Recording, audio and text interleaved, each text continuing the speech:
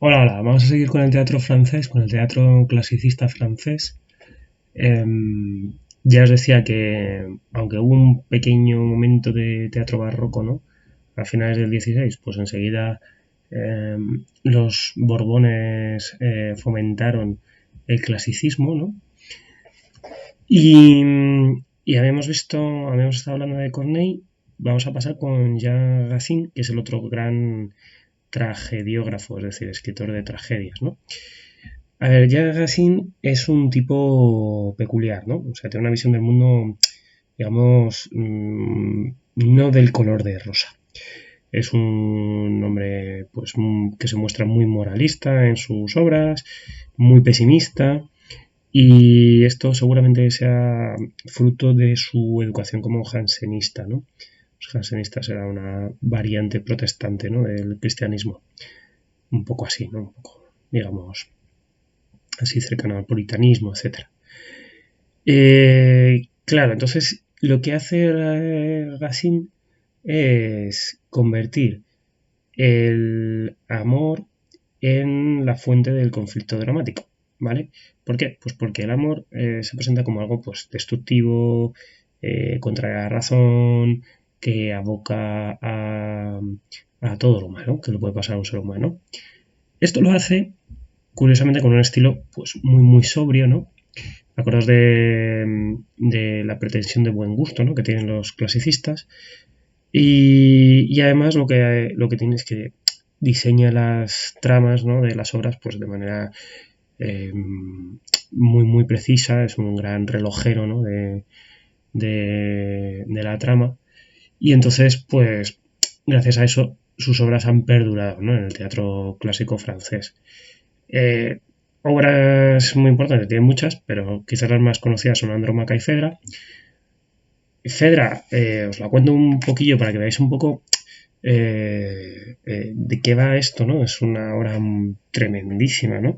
Es la historia de Fedra, que es la mujer de Teseo, ¿no? Este héroe griego, el del Minotauro, etcétera, etcétera. Más mayor, ya cuando ha vuelto a Atenas.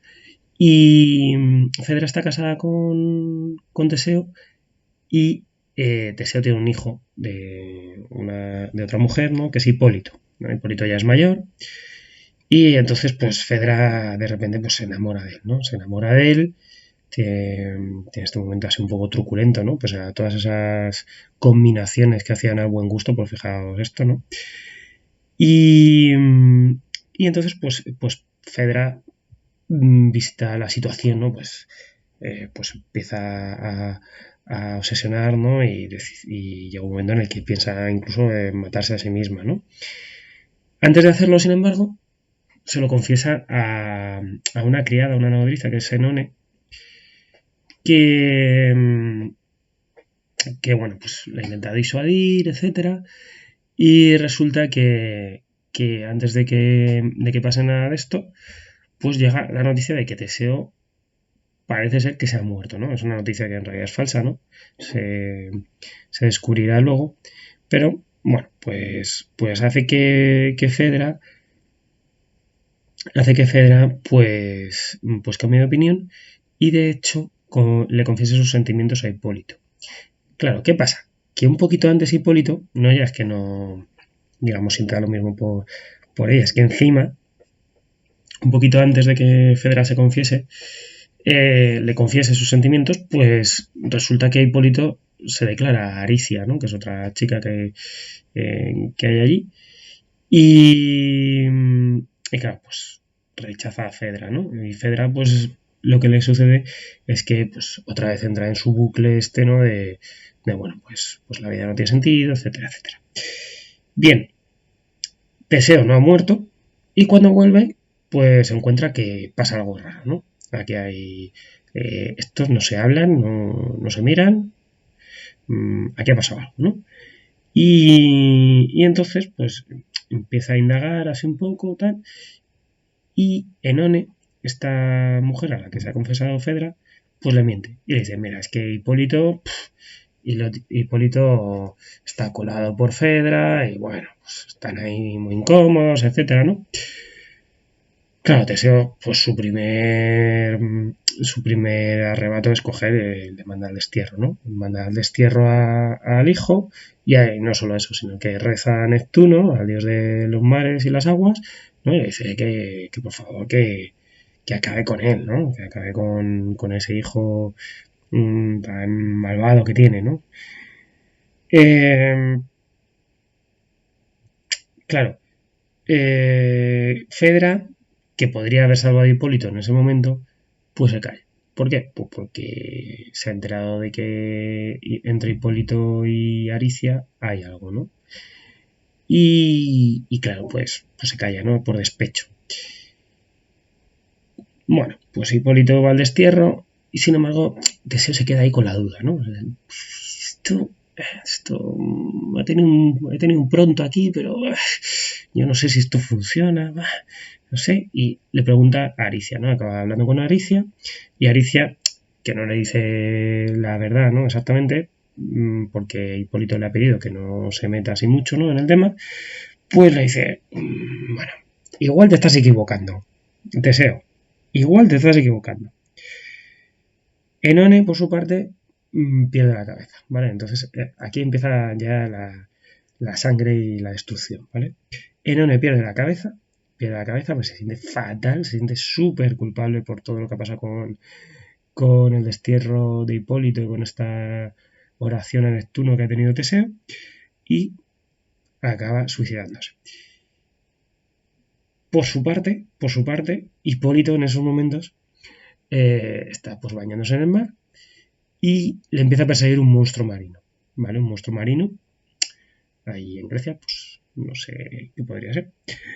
Y entonces, pues Hipólito empieza a nadar ahí como loco, pero resulta que se choca contra unas rocas justo en ese momento, antes de que lo atrape el monstruo, y fallece. Eh, Fedra, Fedra, por su parte, confiesa todo lo que ha pasado, una vez que se entera de todas estas cosas, y también pues envenena, ¿no? O sea, fijaos que ya llevamos 3 muertes, ¿no? Esta es la última ya, pero fijaos que es un cúmulo ahí de desgracias tremendo, ¿no? Y Teseo, que es otra vez la imagen que tiene el clasicismo francés de ese rey que pues tiene que ser más mesurado, ¿no? Que debe guiarse por la razón, ¿no? Fijaos lo metafórico que resulta, ¿no? Que a Luis XIV lo llamasen el Rey Sol, ¿no? El Sol que es un elemento, al contrario que la luna y que la noche, pues un elemento que simboliza siempre en la cultura occidental la razón, ¿no? La claridad, la abstracción, ¿no? Fijaos que Apolo es el dios del sol, de la arquitectura, de la pintura, ¿no? De lo que se ve, de lo que se puede pensar, ¿no? Y no tanto sentir. Y bueno, pues al final es que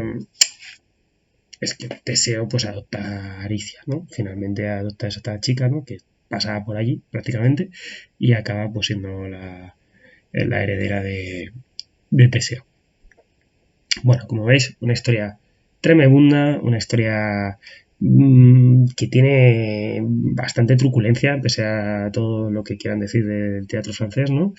Y que, bueno, pues es bastante divertida. Yo os animo a que leáis también a este autor, porque, bueno, tiene sus cosas. Evidentemente el lenguaje, pues a veces nos pilla un poco lejos, pero en una traducción más o menos moderna puede resultar divertido, ¿no? Y sobre todo si te gustan estos enredos.